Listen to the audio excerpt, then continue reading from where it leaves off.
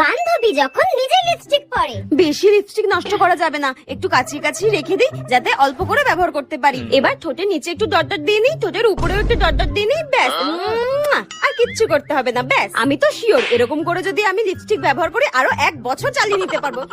আর বান্ধবী যখন অন্য লিপস্টিক পরে। শোন না, তোর লিপস্টিকটা আমাকে একটু পরতে দিবি রে? আমি না বাড়ি থেকে লিপস্টিক পরে আসতেই ভুলে গেছি। তোর লিপস্টিকটা একটু পরতে দে না রে। ঠিক আছে পর, কিন্তু টেপি এটা না একটু অল্প করে পরিস, এটা না আমাকে ও দিয়েছে।